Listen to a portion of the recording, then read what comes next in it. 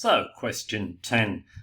This one's pretty straightforward. Again, I'd imagine the average for the students would be pretty high, 7 marks, but there's not much that's particularly challenging in it.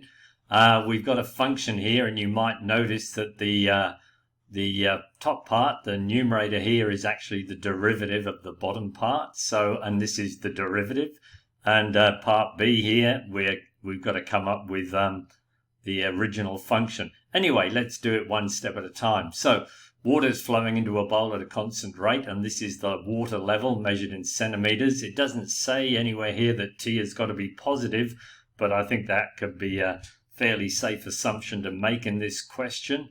So part A, determine the rate that the water level is rising when T is equal to 2.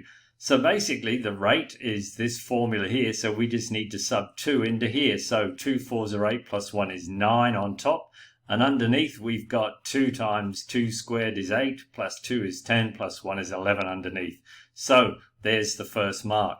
Part B, we've got to explain why the function is given by the log of the denominator. And we just explain, basically it's off the formula sheet again, but we can see that the derivative is of the form where the numerator is the derivative of the denominator, and therefore the function has to be the natural log of the denominator plus c, of course. So there's the first 3 marks, and then if we scroll down to see what's coming next, then part C is determine the total change in water level over the first 2 seconds. So it's only 1 mark. We could just go straight to the answer by finding the difference of h of 2 minus h of 0 on our calculator. But again, the arithmetic's very trivial here. We've already worked out when we substituted 2 in earlier that we simply, h of 2 would just be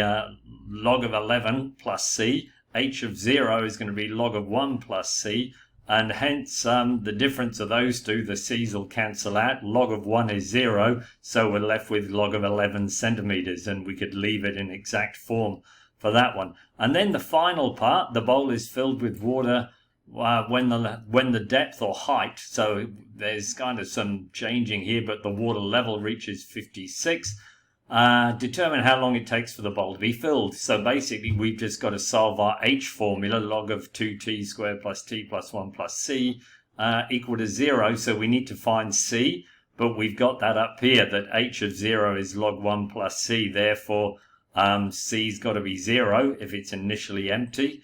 And so we need to solve log of 2t squared plus t plus 1 is log 56. So we don't need the logs anymore. And we've just got to solve this quadratic equation. So we grab our class pad and off we go. What have we got? I'll just use x because it's way simpler here.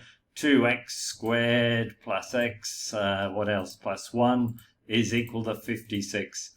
Pop it in and ask my calculator to solve it. And either t is 5 or negative 5.5. So we'll ignore the negative value and go with the positive 5 seconds.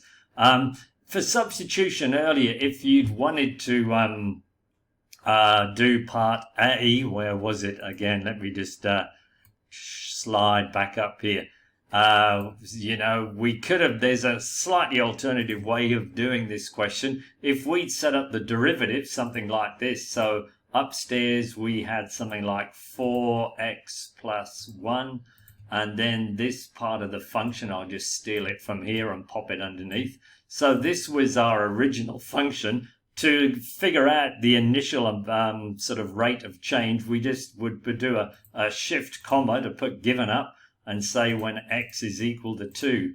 And there's the 9/11. And then an alternative way for doing part C, the total change we know is the integral of rate of change. So on that one, we could have then, on the next line, grabbed the keyboard, gone to Math 2, popped in an integral here, and taken the, oops, don't want the whole of that. If I just take this part, pop it into here, and say if I integrate the rate of change from 0 to 2, which would have made this question a little bit more interesting if they'd kind of asked for that, then there it is, log of 11. That's if you'd wanted to use a calculator, but the arithmetic was pretty trivial in this one.